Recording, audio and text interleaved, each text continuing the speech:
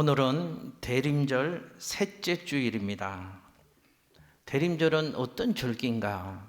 이 땅에 2000년 전에 이미 오신 예수 그리스도를 축하하고 우리 마음에 영접하고 그리고 다시 오실 주님을 기다리면서 우리의 신앙을 점검하며 그분을 맞이할 준비를 하는 신앙의 계절이 대림절 또는 대강절이라고 부르는 연말이 있는 교회 절기입니다. 대림절 이 기간에 성도들은 어떤 모습으로 신앙의 삶을 살아갔는가? 하나님 앞에서 스스로를 점검하는 영적인 시간으로 우리를 잘 세워왔습니다.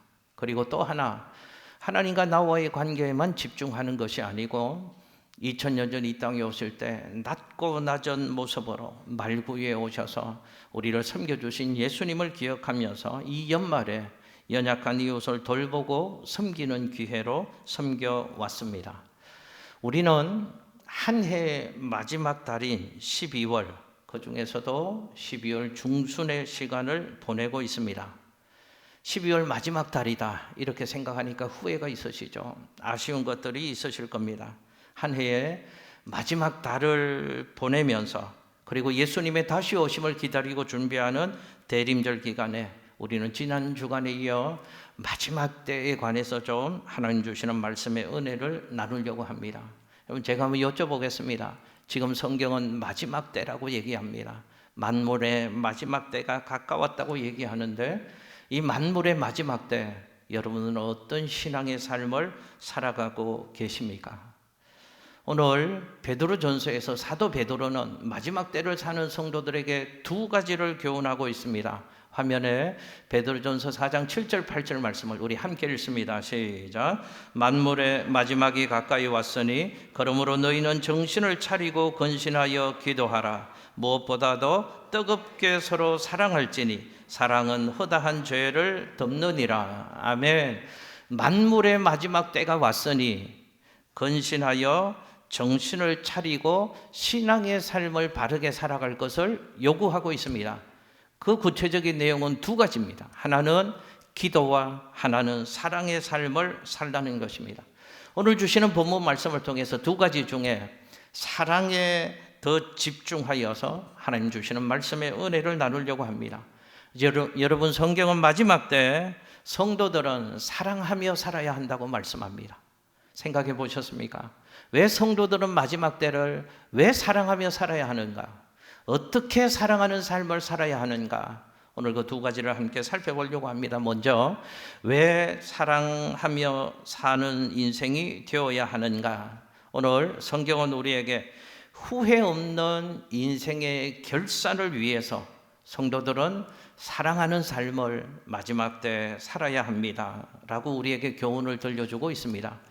여러분, 만물의 마지막이 가까웠다 이 성경에서 이렇게 말씀하고 있는데 여기에서 마지막이라는 단어는 우리가 알고 있는 단어, 단순히 끝을 의미하는 단어가 아니라는 것을 먼저 좀 생각하셔야 합니다. 만물의 마지막이 가까이 왔다 이 말에서 헬라 원어의 마지막이라는 그 단어는 어떤 뜻을 가진 단어를 사용하고 있는가 하면 완성이라는 뜻의 단어를 사용하고 있습니다. 그러니까 만물의 마지막이 가까웠다 이 말은 만물의 완성의 때가 가까웠다는 것입니다. 그러니까 이 말은 만물의 결산의 때가 가까웠다. 내 인생의 결산의 때가 다가오고 있다라는 말씀을 우리에게 들려주고 있는 것입니다. 사랑하는 성도 여러분, 우리가 믿는 예수님은 2000년 전에 이미 이 땅에 초림하셨습니다. 처음 오셨다 그 말이죠.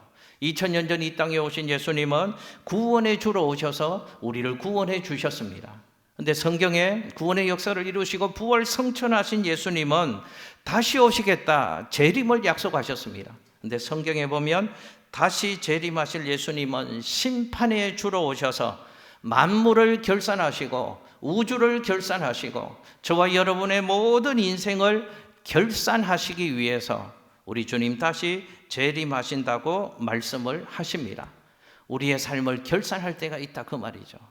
우리가 어떤 삶을 살아왔는지 심판주 되신 하나님 앞에 서서 우리의 모든 인생을 결산할 때가 있다고 성경은 말씀합니다.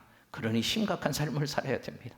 여러분, 우리 인생을 결산할 때가 있다고 하면 그 결산의 때 반드시 고려하지 않으면 안 되는 두 가지 차원이 있다라는 것을 성경은 우리에게 말씀합니다. 하나는 하나님과의 관계를 고려하는 삶을 살아야 된다는 겁니다. 또 하나는 인간 관계를 고려하는 삶을 살아야 된다는 것이죠. 이런 얘기입니다.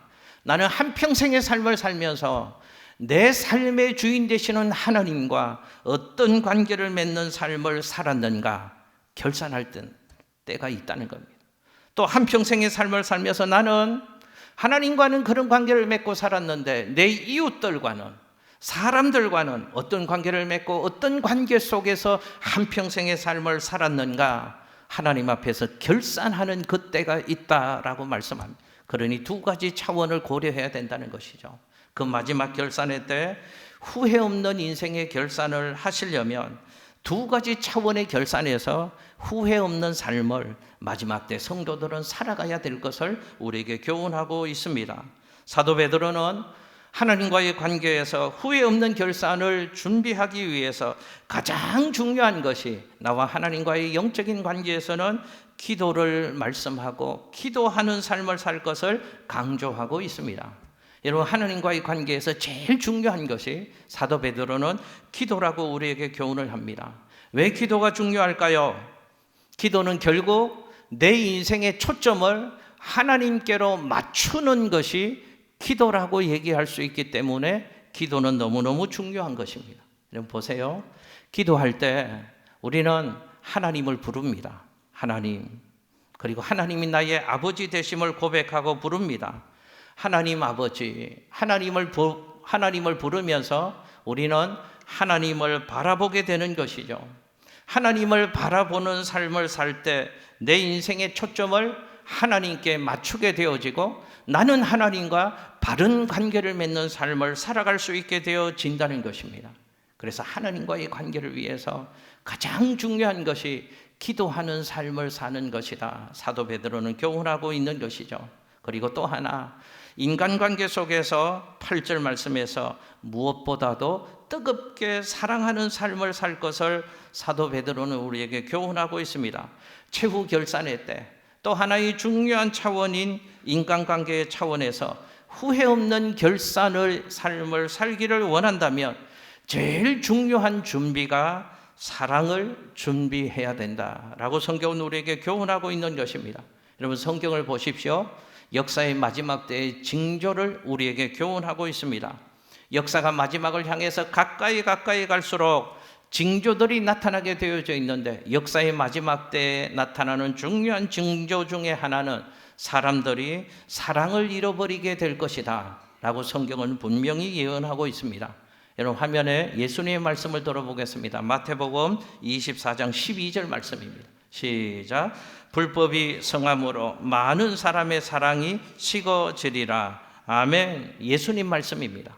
말세에는 말세의 징조가 나타나는데 어떤 징조가 나타나는가? 세상만 그런 것이 아니고 믿는 자들까지도 서로를 미워하고 믿는 자들도 서로를 죽이는 사랑이 상실된 비극의 시대가 마지막 때의 징조다라고 예수님이 예언하셨습니다. 믿음의 사람 사도 바울도 말세의 징후를 이렇게 얘기했습니다. 화면에 디모데후서 3장 1절에서 2절의 말씀을 함께 읽습니다. 시작. 너는 이것을 알라. 말세에 고통하는 때가 이르러 사람들이 자기를 사랑하며 돈을 사랑하며. 아멘. 저 말씀 보십시오. 말세 고통하는 시대가 이른답니다. 그런데 그때의 징후는 자기를 사랑하는 시대가 올 것이다. 그때가 말세의 징후다. 성경이 우리에게 교훈하고 있습니다. 여러분 자기를 사랑한다 저 말을 원어에 가깝게 좀 더 정확하게 번역하면 이런 의미입니다. 자기만을 사랑하는 시대가 온다라는 것을 성경은 말씀합니다. 물론 자기를 사랑하는 것, 자기를 아끼는 것은 중요한 것이고 필요한 것이고 그것은 잘못이 아닙니다. 그런데 문제는 무엇인가? 자기만 사랑하는 것이 문제입니다. 자기밖에 모릅니다. 나 외에는 도무지 관심을 가지지 않습니다. 극도의 이기심이 지배하는 시대, 이것이 마지막 때의 징조다, 특성이다 라고 성경은 말씀하고 있습니다. 여러분 이런 면에서 보면 우리는 그야말로 마지막 때를 살아가고 있습니다. 참으로 이기적인 시대를 살아가고 있습니다. 사람들이 악해도 이렇게 악할 수가 있나 싶은 시대를 우리는 살아가고 있습니다. 그 세상 속에, 이런 시대의 흐름 속에 우리도 살아가고 있으니까 우리도 나도 모르는 사이에 이런 시대에, 이런 세상의 영향을 받게 되어지는 것이죠. 그래서 믿는 우리도 자기만 사랑하는 삶을 살 수 있게 되어진다는 것입니다. 이웃은 몰라라 하고 나 하나의 욕심을 충족을 위해서만 이기적인 모습으로 살아가는 시대가 되어진다는 것입니다. 이렇게 살다가, 이렇게 정신없이 세월의 흐름 속에 살다가 우리도 어느 때가 되어지면 주님 앞에 서게 된다는 것이죠. 그때 후회하게 된다는 겁니다. 사랑하는 삶을 살지 못했음을 후회하게 된다는 말씀입니다. 여러분, 저는 목사니까 아무래도 장례식장을 많이 참석합니다. 여러분들도 경험하시죠? 그 장례식장에서 인생의 마지막 순간 사랑하는 이들을 떠나보내는 그 이별의 현장 마지막 순간에서 유가족들이 가장 후회하는 것 한 가지가 공통적으로 있습니다. 가장 가슴 아파하는 것이 하나 있습니다. 그게 무엇일까요? 사랑하지 못한 것입니다. 좀 더 사랑할 걸, 좀 더 사랑하는 삶을 살 걸 후회한다는 것입니다. 여러분, 후회 없는 인생의 결산을 원한다면 그래서 사랑을 준비해야 된다라고 성경은 우리에게 교훈하고 있는 것입니다. 여러분, 두 번째로 그럼 어떻게 사랑하는 삶을 구체적으로 살아야 되는가? 여러분, 성경은 사랑을 추상적인 언어로 우리에게 설명하고 있지 않습니다. 어떻게 사랑하는 삶을 살 수 있는가? 구체적인 대답을 우리에게 보여줍니다. 세 가지를 강조합니다. 먼저 첫 번째, 한번 저 따라서 해보실게요. 허다한 죄를 덮어주라. 자, 말씀에 화면에 베드로전서 4장 8절 말씀을 함께 읽겠습니다. 시작. 무엇보다도 뜨겁게 서로 사랑할지니 사랑은 허다한 죄를 덮느니라. 아멘. 사랑의 첫 단계가 허다한 죄를 덮어주는 것, 용서하는 것이 사랑의 첫 단계다. 성경은 우리에게 말씀합니다. 한 유명한 심리학자가 이런 말을 했다고 합니다. 내가 상대방의 허물과 잘못을 알고 있으면서도 상대방을 덮어주려고 할 때는 상대방은 고백을 하게 된다 라는 말을 했다고 합니다. 한 번 더요. 내가 그 사람의 허물과 잘못을 알고 있습니다. 알고 있는데도 그 상대방을 덮어주려고 하면 상대방은 고백을 하게 되어진다는 것이죠. 여러분, 그때 고백은 자기를 치료하고 살리는 능력이 있는 것입니다. 그런데 덮어주지 않고 덜쳐내는 사람이 있잖아요. 너 그때 이런 일 했지. 이게 네가 했잖아. 그랬지. 이렇게 상대방의 허물을 폭로하기 시작하면 그것은 상대방에게 모멸감을 안겨다주고 죄책감을 안겨주고 그것은 마침내 가식과 중상이 되고 만다는 것입니다. 그래서 성경은 무엇보다도 먼저 덮는 법을 배워야 한다라고 사랑을 우리에게 가르쳐주고 있습니다. 여러분, 이런 사랑의 대표적인 예가 창세기 9장 말씀에 나옵니다. 창세기 9장에는 믿음의 족장이었던 노아의 생애 가운데 있었던 에피소드 하나를 우리에게 들려주고 있습니다. 성경을 보면 노아는 하나님께 은혜 받은 사람이었습니다. 믿음의 사람이었습니다. 그 시대 가장 빛나는 삶을 살았던 사람이 노아라는 사람이었습니다. 완전해 보이는 노아였지만 그에게도 실수가 있었다고 성경은 말합니다. 허물이 있었다고 말합니다. 어느 날 이분이 술을 좀 마신 것 같습니다. 좀 많이 마신 것 같습니다. 그래서 정신없이 취해버리셨습니다. 얼마나 기분이 좋았던지 입고 있던 옷을 훌러덩 다 벗어버리고 그저 맨몸으로 잠을 자고 있었습니다. 그 모습을 노아의 세 아들이었던 셈, 함, 야벳 세 아들이 그 술 취해서 하체를 드러내고 잠을 자고 있는 아버지를 보게 되었고, 성경을 보면 취한 아버지를 보는 반응이, 세 아들의 반응이 두 가지로 나뉘어졌다고 성경은 말씀합니다. 셈이라는 아들과 야벳이라는 아들은 아버지의 그런 부끄러운 모습을 보지 않으려고 눈을 감고 뒷걸음질하여 들어가서 아버지의 부끄러움을 덮어주고 나왔다고 성경이 말씀합니다. 그러나 한 아들, 이름도 함이에요. 함구를 하든지. 함은, 제가 농담을 했는데 너무 진지하게 들으시네. 함은 그 모습을 보고 무슨 얘기를 하는가 하면 저 아버지가 정신이 없지 노망이 났지. 아버지가 집안 망신 다 시키고 있네. 잘한다 잘해. 진짜로 잘해서 그런 게 아니고 아버지의 부끄러움을 덜쳐냈습니다. 드러냈습니다. 성경 얘기하시죠. 하나님이 이 광경을 보신 것이죠. 이 광경을 보신 하나님은 덮어주지 아니하고 덜쳐내는 아들 그 함에게 어떻게 하셨다고 성경이 말씀하고 있습니까? 이러지 않았습니다. 오 함이여 너는 과연 정의의 사자로다. 그렇게 하나님이 칭찬하시지 않으셨다는 것입니다. 이 함은 하나님의 저주를 받았다고 성경은 말씀합니다. 인간관계라는 건강한 삶의 장을 함은 파괴했기 때문에 함은 하나님 앞에서 단단히 혼이 났다는 것을 성경은 우리에게 교훈하고 있습니다. 그리고 성경을 보니까 하나님이 복 주신 아들들이 있었습니다. 아버지의 잘못이었지만 그 잘못을 덮어준 셈과 야벳을 축복하시는 이야기가 성경에 나오고 있습니다. 여러분, 우리의 삶에서 우리 인생에서 건강한 삶의 장이 만들어지기를 원하고 그곳에서 행복한 인생의 삶을 살기를 원하신다면 무엇보다도 용서하는 법을 배우시는, 덮어주는 법을 배우시는 저와 여러분들 될 수 있기를 예수님 이름으로 축복합니다. 우리도 덮임받은 사람이기 때문에 그렇습니다. 우리도 용서받은 사람들이기 때문에 그렇습니다. 주님께서 나를 용서해 주신 것처럼 허물 많은 우리가 피차에 서로 용납하고 용서하는 법을 배워야 하기 때문에 그렇습니다.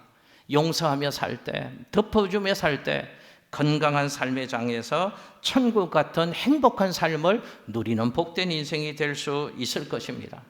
여러분, 우리는 결국은 다 모자라는 사람들이잖아요. 여러분, 우리는 결국은 다 실수하며 살아가는 사람들이잖아요. 그래서 용서가 필요하지 않은 사람은, 용서가 필요하지 않은 만큼 완전한 삶을 사는 사람은 단 한 사람도 없습니다. 우리 주님의 이 예언에서, 이 선언에서 벗어날 수 있는 사람은 한 사람도 없잖아요. 모든 사람이 죄를 범하였으니 하나님의 영광에 이르지 못하더라. 예수님이 이 선언에서 예외될 수 있는 사람이 그 누가 있겠습니까? 아무도 없습니다. 그러니 우리가 바르게 살기 위해서는 용서하며 사는 삶을 배워야 한다고 성경은 우리에게 말씀하고 있습니다. 마지막 때 하나님의 사람들은 어떻게 살아야 되는가? 사랑하며 살아야 됩니다. 덮어주기 힘이 드시죠. 세상에 나쁜 놈들 진짜 많잖아요. 세상에 악한 인간들 진짜 많잖아요. 악한 사람 못 이기겠더라고요. 악한 사람은 너무 악합니다. 어떻게 살아야 합니까? 억울하지만, 속상하지만, 분하지만 그래도 믿음으로 살아보십시오. 하나님이 은혜 주시고 하나님이 그 인생을 아름답게 세워 주실 것입니다. 사랑하며 사시기를 예수님 이름으로 축복합니다. 두 번째, 대접하기를 서로가 원망 없이 하라고 성경은 우리에게 말씀하고 있습니다. 여러분, 화면에 베드로전서 4장 9절 말씀을 같이 한번 읽겠습니다. 함께 읽습니다. 시작. 서로 대접하기를 원망 없이 하고. 아멘. 자, 보십시오. 사랑을 실천하는 삶을 사는데 서로 대접하는 삶을 살라고 성경은 말씀합니다. 여러분, 사랑하는 사람이 생기면 우리 안에 사랑하는 사람을 향하여 자연스럽게 생겨나는 또 하나의 마음과 행동이 있습니다. 사랑하는 사람에게 내가 가지고 있는 것을 주고 싶은 마음, 대접하고 싶은 마음이 생기게 된다는 것이죠. 그런데 서로 대접하라 이 말씀 중에 붙여지는 한 단어가 있습니다. 아까 읽었던 4장 9절 말씀에 서로 대접하기를 어떻게 하라고요? 원망 없이 하랍니다. 여러분, 대접하는데 원망하는 마음으로 대접할 수 있다라는 뜻이잖아요. 대접할 때 어떤 경우에 원망하는 마음이 생길 수 있겠습니까? 대접은 하는데 억지로 대접하게 되면 원망하는 마음이 생깁니다. 대접을 하는데 억지로 대접하면 억지로 대접하는 나의 마음의 상태를 상대방도 느낄 것이잖아요. 그래서 그 사람도 원망하는 마음이 생기게 되어진다는 것입니다. 그래서 성경은 너희가 대접할 때 원망 듣지 않게 대접하라고 말씀합니다. 어떤 뜻일까요? 자진해서 대접하랍니다. 기쁜 마음으로 상대방을 대접하고 사랑의 삶을 살 것을 성경은 우리에게 말씀하고 있는 것이죠. 여러분 혹시 이런 경험이 있으십니까? 내가 어떤 사람을 사랑하고 섬기는데 내 마음이 전혀 행복하지 않은 경우가 있을 수 있습니다. 이런 마음이 들죠. 내가 이것을 왜 이 사람한테 해야 돼? 라는 생각이 들기도 하는 경우가 있습니다. 여러분 섬기는데, 사랑하는데, 대접하는데 원망으로 불평하는 마음으로 이웃을 섬기게 되는 이유가 어디 있다고 생각하십니까? 가장 큰 이유 중에 하나는 내가 어떤 조건부적인 기대를 가지고 상대방을 사랑하기 때문에 그 기대가 충족되지 않으면 불편한 마음이 생기는 것입니다. 후회하는 마음이 생기는 것입니다. 내가 이 사랑을 행하는데 어떤 조건부적인 기대를 가지고 사랑을 행하고 대접을 하는데 상대방이 그 사랑을 받고 기대처럼 따라주지 않을 때, 내게 돌아오는 것이 없을 때 원망스러운 마음이 내 안에 생겨나는 것입니다. 제가 한번 여쭤볼게요. 이런 경우에 책임은 누구에게 있을까요? 자기 자신에게 책임이 있는 것입니다. 내 사랑이 조건적인 사랑이었다는 뜻이거든요. 여러분 만일 전혀 돌아올 것을 기대하지 않고 사랑을 실천한다면 상대방이 어떻게 하든 나는 상관이 없는 것입니다. 그때 순전한 사랑, 조건을 뛰어넘는 사랑이 비로소 가능해지는 것입니다. 아까 읽었던 베드로전서 4장 9절 말씀에 대접이라는 단어가 나오잖아요. 대접이라는 헬라어 원어의 뜻을 보면 두 단어가 합쳐진 단어입니다. 하나는 사랑이라는 의미를 가진 필로스라는 단어와 하나는 나그네라는 뜻을 가진 제노스라는 두 단어가 합쳐진 단어가 이 두 단어가 합쳐진 게 대접이라는 단어의 의미입니다. 그러니까 대접이라는 것은 원어의 의미를 보면 나그네까지 사랑하는 것이 대접이라는 뜻의 단어입니다. 모르는 사람까지 사랑할 수 있는 것, 그게 대접이라는 것입니다.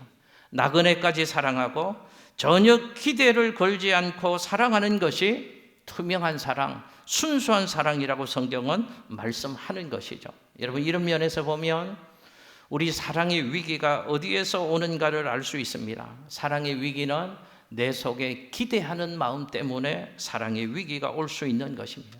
내 기대가 충족되지 않으면 우리는 좌절하는 것입니다. 그때는 사랑의 조건을 뛰어넘는 용기와 하나님 주시는 은혜를 위해서 기도하는 삶을 살아야 할 것입니다.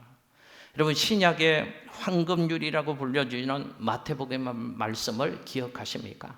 신약의 황금률은 마태복음 7장 12절의 말씀입니다. 이런 말씀입니다. 화면에 함께 읽습니다.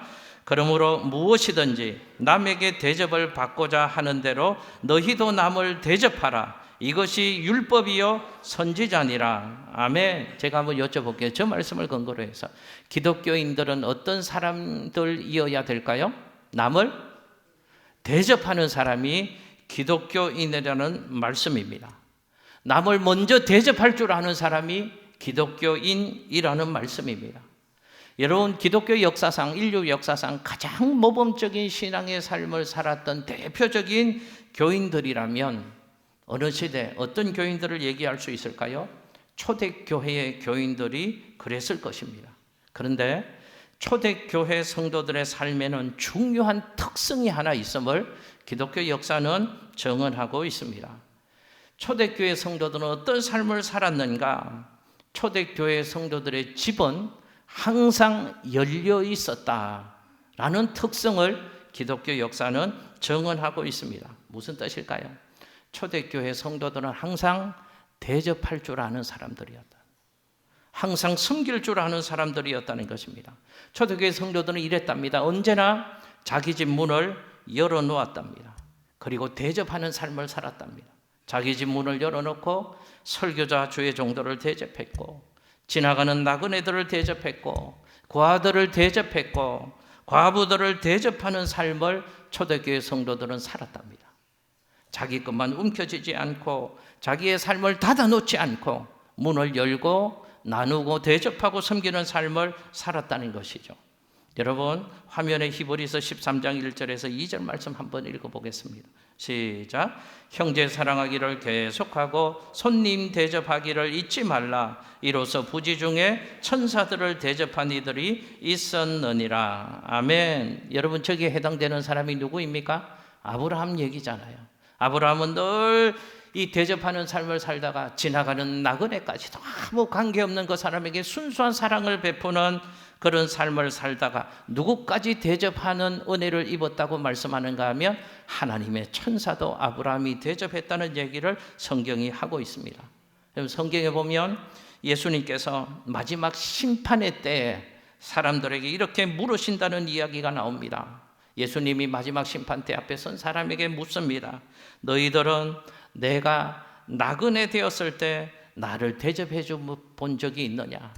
너희들은 내가 감옥 안에 있을 때 나를 돌아본 적이 있느냐? 너희들은 내가 목말라 할 때 나에게 물 한 잔이라도 줘본 적이 있느냐? 예수님이 심판대 앞에 선 사람들을 향하여 물으신답니다. 그랬더니 심판대 앞에 서 있는 사람들이 이렇게 대답을 했답니다. 아니 선생님이 언제 나그네가 되신 적이 있으셨습니까? 선생님이 언제 기근에 줄인 적이 있으셨습니까? 선생님이 언제 옥에 갇힌 적이 있으셨습니까? 이렇게 묻습니다. 그래서 심판대에 서 계신 예수님께서 그들에게 말씀하십니다. 너희 중에 지극히 작은 자 하나에게 한 것이 바로 내게 한 것이니라. 주님이 그렇게 사랑의 실천을 말씀하셨다는 겁니다. 여러분 잊지 마십시오. 기독교인들이 입만 열면 사랑 얘기하잖아요. 사랑의 관념의 수준에 머물 때가 제가 봐도 너무 많습니다. 사랑은 관념이 아닙니다. 구체적인 실천이 있어야 됨을 우리에게 말씀하고 있습니다. 어떻게 해요? 성경은 대접하는 삶을 살랍니다. 먼저 대접하는 사람이 그리스도인이라고 성경은 우리에게 교훈하고 있습니다. 우리 양천교회 성도님들이 그랬으면 좋겠습니다. 초대교회 성도님처럼 열고 사시는 우리 성도님들 되시기를 예수님 이름으로 축복합니다. 마음의 문도 좀 열고 사시고 집도 좀 열고 사시고 지갑도 좀 열고 사시고 아멘 아니실 줄 알았습니다. 그게 그리스도인이라니까요. 나누며 살고 대접하며 사는 것이 사랑을 실천하는 것이라고 말씀합니다. 연말에 해피박스에도 한 박스씩은 참여하실 수 있잖아요. 나누는 삶, 섬기는 삶, 대접하는 사람이 복 있는 인생이라고 성경은 우리에게 말씀하십니다. 마지막 하나만 잠시 생각해 보겠습니다. 구체적으로 사랑은 주신 은사로 사랑하는 삶을 살라고 성경은 우리에게 말씀합니다. 세 번째요, 주신 은사로 사랑하라 하는 것이죠. 화면에 베드로전서 4장 10절 말씀을 함께 읽습니다. 시작. 각각 은사를 받은 대로 하나님의 여러 가지 은혜를 맡은 선한 청지기 같이 서로 봉사하라. 아멘. 자, 우리가 이웃들을 사랑하고 섬길 때 중요한 것은 하나님이 각 사람에게 주신 은사를 가지고 봉사하며 사랑하는 삶을 살라고 말씀합니다. 이 말씀에 보면 사랑 못할 사람이 있을까요? 없을까요? 아무도 없습니다. 각각 은사를 받은 대로 사랑을 실천하라는 주님의 말씀입니다. 여러분 또 화면에 베드로전서 4장 11절 말씀을 한번 읽어볼게요. 시작. 만일 누가 말하려면 하나님의 말씀을 하는 것 같이 하고 누가 봉사하려면 하나님이 공급하시는 힘으로 하는 것 같이 하라. 아멘. 저 말씀 띄워주십시오. 저 말씀은 이런 뜻입니다. 우리가 이웃을 섬기고 사랑하는 방법은 다양하다는 것을 성경은 우리에게 보여주고 있는 것입니다. 그런데 우리는 어떻게 생각하는가 하면 목사님 좋은 말씀인데요, 나는 사랑을 실천할 수가 없습니다. 나는 사랑할 수 없습니다. 왜요? 내가 뭐 있어야지 사랑하죠. 내가 뭐 물질이 있어야지 다른 사람을 대접하고 사랑하는 삶을 살죠 라고 생각하는 경향이 있기 때문에 그렇습니다. 여러분 잘 기억하십시오. 하나님은 우리에게 없는 것으로 이웃을 사랑하거나 섬길 것을 기대하시지 않습니다. 내게 있는 것으로 이웃을 사랑하고 대접하는 삶을 살기를 원하십니다. 그런데 저 11절 말씀을 잘 보십시오. 두 가지의 예가 나옵니다. 우리는 흔히 대접하고 사랑을 실천하는 삶을 살다고 하면 물질만을 생각하는 경향이 있습니다. 물론 물질로도 대접해야 되고 물질도 중요한 것입니다. 그런데 11절 후반부에 누가 봉사하려면 하나님이 공급하시는 힘으로 하는 것 같이 하라. 이 말씀은 물질적인 봉사를 의미하는 것 같습니다. 그런데 11절 말씀의 앞부분을 자세히 보면 무슨 말이 나오는가 하면 만일 누가 말하려면 하나님의 말씀을 하는 것 같이 하라 라는 말씀이 나옵니다. 무슨 뜻인 줄 아십니까? 이웃을 섬기는데 말로 섬길 수 있는 방법이 있다는 것을 성경이 말씀하는 겁니다. 물질로도 섬길 수 있지만 말로 섬기는 방법이 있답니다. 내가 하는 따뜻한 말, 진심이 담긴 말, 믿음의 말, 사랑하는 말, 격려하는 말, 세워주는 말을 통해서 사랑이 흘러갈 수 있고 그 사랑을 통해서 힘들고 아프고 연약하고 쓰러진 자들이 일어서고 용기를 갖고 달려가는 하나님의 사람으로 세워지는 하나님의 역사가 일어날 수 있다는 말씀입니다. 없는 것으로 봉사하는 게 아닙니다. 내게 있는 것으로, 내게 있는 물질로, 내게 주신 언어로, 내 삶의 조건으로, 내 독특한 이 환경과 조건을 가지고도 이웃을 섬기는 삶을 살아가야 될 것을 성경은 우리에게 말씀하고 있습니다. 여러분, 제가 제일 처음 목회자로서 교육전도사로 섬길 때가 약 30년 전입니다. 근데 교육전도사로 신학대학원을 섬기면서 하나님의 일을 할 때 그때 처음 만났던 그 인생에 경험해보지 못한 가장 힘든 일을 만나서 목회를 해야 되나 말아야 되나 이것도 고민했던 시절이 있었습니다. 그때 제가 섬기는 교육부서의 부장님이 박재우 집사님이셨고 그때 집사님, 그때 이미래 집사님이 함께 저하고 섬기고 계셨죠. 그때 제가 힘들어하니까 그때 받았던 위로의 말이 제가 목회하면서 계속 마음속에 새겨두는 위로의 말, 따뜻한 말 한마디가 있습니다. 그때 이미래 권사님은 기억하실지 모르겠는데 이미래 집사님이 그때 이런 말씀을 하셨습니다. 전도사님, 하나님이 전도사님을 얼마나 사랑하시는데요. 이게요, 제가 아직 약 30년이 되어서도 그대로 토시안 안 틀리고 제가 기억하고 있거든요. 전도사님, 하나님이 전도사님을 얼마나 사랑하시는데요. 그때 저는 하나님이 저 안 사랑하는 것처럼 느껴졌거든요. 사랑하면 나한테 왜 이래? 주의 길을 가려고 삶을 결단한 청년에게 왜 이런 일들이 생기게 해? 막 불평하고 원망하는 마음이 있었거든요. 그때 그 집사님을 통해서 하나님 제게 들려주시는 따뜻한 위로의 말씀이 저를 일으켜줬습니다. 하나님이 전도사님을 얼마나 사랑하시는데요. 말로 대접할 수 있다는 말씀입니다. 여러분, 이틀 전에 저희 그 1층 셀라 카페에서 호서 예술대학교의 학장님과 또 한 3분 정도가 오셔서 함께 차를 나누시며 또 인사를 나눈 적이 있었습니다. 그 3분 중에 한 분이 기독교 TV에도 동치미라는 프로에도 한동안 나오셨는데 요즘은 안 나오시는 분인데 형사하셨고 호서 예술전문대학교에 경찰, 경호 이런 쪽으로 교수로 섬기는 분이 계셨습니다. 인사를 나누시고 저한테 이런 말씀을 하시는 게 또 위로가 되었다는 말씀을 제가 드립니다. 그 분이 이렇게 얘기하시더라고요. 목사님, 예전에 이 교회 봤을 때는 2층 건물이었던 것 같은데 이 건물도 짓고 또 이 건물도 새 건물도 지으셨네요. 큰일 하셨네요. 이렇게 말씀하시면서 목사님 어깨에 이제 큰 짐이 있으실 것 같으시네요. 이렇게 하시면서 저한테 목사님 힘내세요. 목사님 화이팅입니다. 이렇게 얘기를 하시더라. 우리 교인도 아니고 처음 본 그분이 저를 위로해 주시는데요. 그게 또 그렇게 위로가 되더라니까요. 목사님 화이팅 하세요. 힘내세요. 이 한마디가 왠지 저를 위로해 주는 것 같고 격려해 주는 것 같고 또 이렇게 세워주는 하나님의 말씀으로 들려졌습니다. 여러분, 사랑이 필요하지 않은 사람은 없다는 말씀입니다. 누구든지 사랑할 수 있다는 말씀입니다. 사랑하기에도 짧은 시간입니다. 여러분, 사랑하며 사시기를. 내 감정이 사랑할 마음이 생기지 않거들랑 사랑하며 살겠습니다. 하나님께 도움을 구하십시오. 사랑의 은혜와 능력을 구하십시오. 사랑하며 사시고 하나님 주시는 복과 은혜를 누리시는 우리 양천교회 성도님들 다 되시기를 예수님 이름으로 축복합니다.